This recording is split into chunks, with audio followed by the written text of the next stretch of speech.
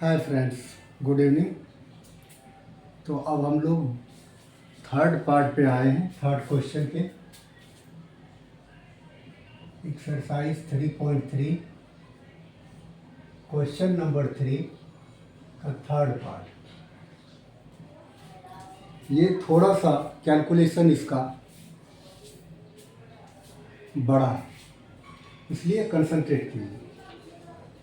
है तो इजी, लेकिन कैलकुलेशन थोड़ा सा डिफिकल्ट है। क्या है कि एक क्रिकेट टीम का कोच 7 बैट्स और 6 बॉल्स परचेज करता है 3000 में। तो 7 बैट्स और 6 बॉल्स परचेज करता है 3300। क्लियर है? हमको फाइनली इसमें क्या है कि cost of each ball and cost of each bat find out करना है। तो एक्चुअली ज़्यादातर क्या करते हैं, जो क्वेश्चन में देता है फाइंड आउट करने के लिए उसी को लेट करते हैं। हालांकि कोई ज़रूरी नहीं है, बट मोस्टली यही होता है। और कई बार हमारे सेंस पर भी डिपेंड करता है क्या हम लेट करें। इसलिए फ़िलहाल तो ये सेंस के हिसाब से भी हमको यही चीज़ लेट करना है कि एक बैट का कितना कॉस्ट है और एक बॉल का कितना कॉस्ट है। तो हम लेट करते हैं, लेट द कॉस्ट ऑफ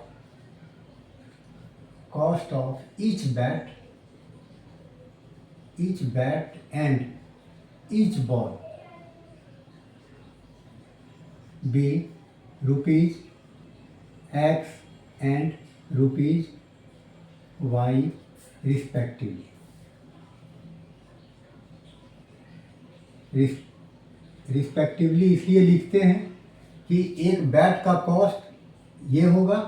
पहले हम बैट लिखे हैं तो ये बैट का कॉस्ट है, और फिर हम बॉल लिखे हैं तो ये बॉल का कॉस्ट है।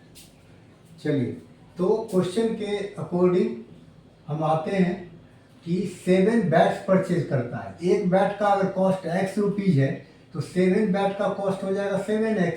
इसी तरीके से 6 बॉल का कॉस्ट 6Y हो जाएगा, और दोनों मिला करके कितना पे करता है वो 3800।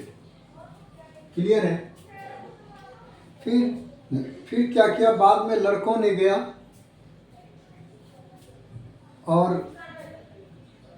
3 बैट्स और 5 बॉल्स फिर परचेज करके ले आया। 3 बैट्स लाया उसी रेट में 3X प्लस 5 बॉल्स 5Y कितना पे किया 1750 पे किया। तो ये दूसरा इक्वेशन हो गया। इक्वेशन बनाना कोई डिफिकल्ट नहीं होता है, बट यही है कि क्वेश्चन को अंडरस्टैंड करना होता है। चलिए, तो अब क्या करना है, हमको X और Y की वैल्यू निकालनी है। एक बैट की कितनी कॉस्ट है और एक बॉल की कितनी कॉस्ट है। तो इसको करना है हमें बस अभी सब्स्टिट्यूशन मेथड से ही करना है, क्योंकि वही मेथड केवल बताया है। तो इक्वेशन 1 से X की वैल्यू फाइंड आउट कर लीजिए। फ्रॉम इक्वेशन 1 वी गेट क्या है 7X plus 6Y equals to 3800।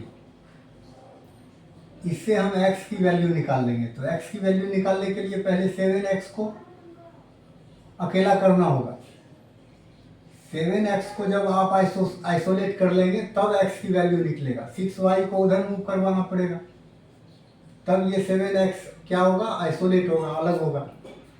अब क्या करना है, X की वैल्यू निकालनी है। तो 3800 माइनस 6Y अपॉन 7, ये निकल गया आपका X की वैल्यू। ये इक्वेशन 2 में X के जगह पे ये रखना है। Clear? Putting X equals to 3800 minus 6Y by 7 in equation 2 we get. फिर हमें क्या मिलेगा, तो इक्वेशन 2 क्या है, 3X plus 5Y equals to 1750।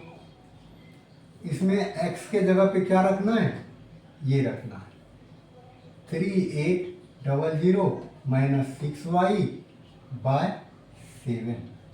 इसको ब्रैकेट में ले लिया ऊपर वाले को, क्योंकि उसी से 3 को मल्टीप्लाई होगा और दोनों को होगा, इसीलिए हमको ब्रैकेट में लेना पड़ा। अगर ब्रैकेट नहीं लेंगे तो 3 को केवल इससे मल्टीप्लाई होगा, वो गलत हो जाएगा।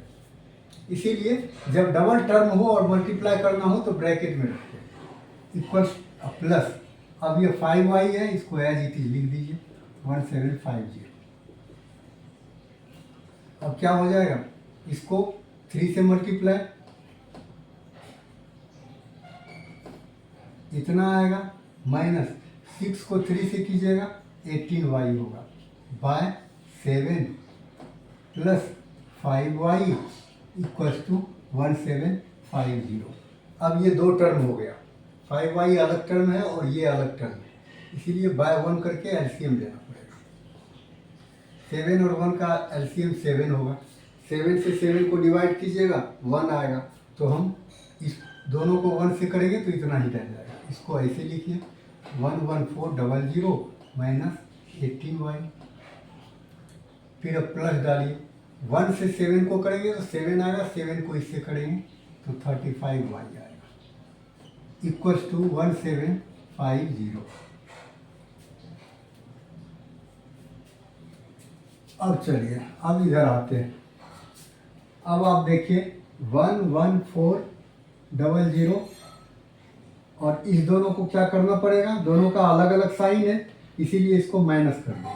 तो माइनस करेंगे, साइन रहेगा किसका, जो बड़ा है 35, तो प्लस हो जाएगा, और माइनस कीजिएगा तो 17y आएगा बाय 7। इधर क्या हो गया 1750। अब क्रॉस मल्टीप्लाई कीजिए, इसको अगर 1 से करेंगे तो इतना ही रह जाएगा, पहले इसी को नोट कर लेते हैं 11400 प्लस 17y इक्वल्स टू, इसको 7 से मल्टीप्लाई करना है, क्या हो जाएगा 5 7 जा 35, कैरी 3, 7 7 जा 49, 3 52, कैरी 5, 1 7 जा 7 और 5 कितना हो गया 12, इस पे 1 0। क्लियर है। अब 17y इक्वल्स टू, नंबर को एक तरफ करेंगे, 12250 माइनस 11400।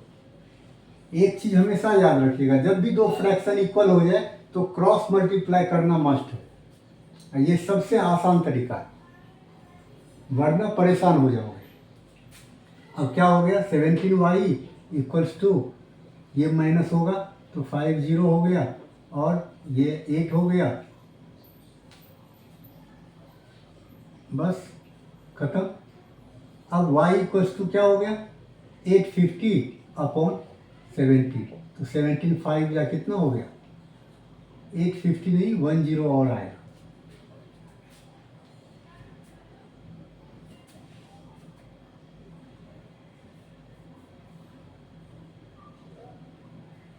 क्लियर।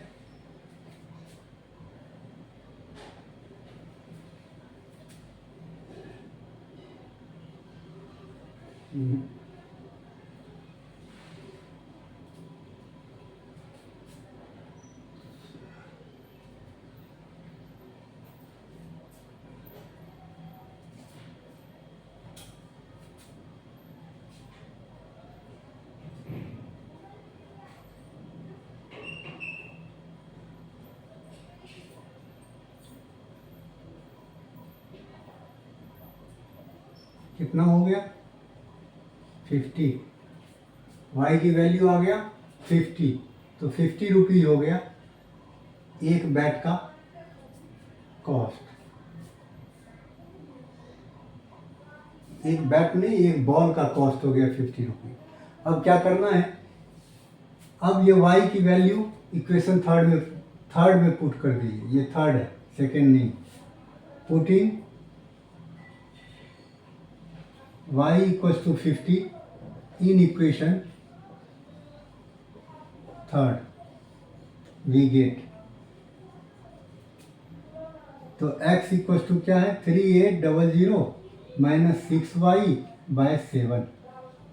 इसमें क्या करना है, y की जगह क्या रखना है 50 रखना है, तो 3800 माइनस 6 इंटू 50 क्लियर बाय 7, ये हो गया 3800 माइनस 300 हो गया अपॉन 7, ये हो गया 3500 अपॉन 7, 7 से 7 5 जा 3500 rupees 500।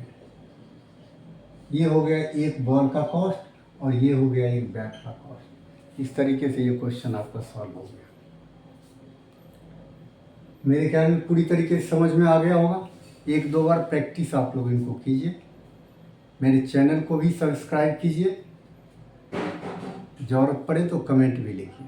Thanks to all of you.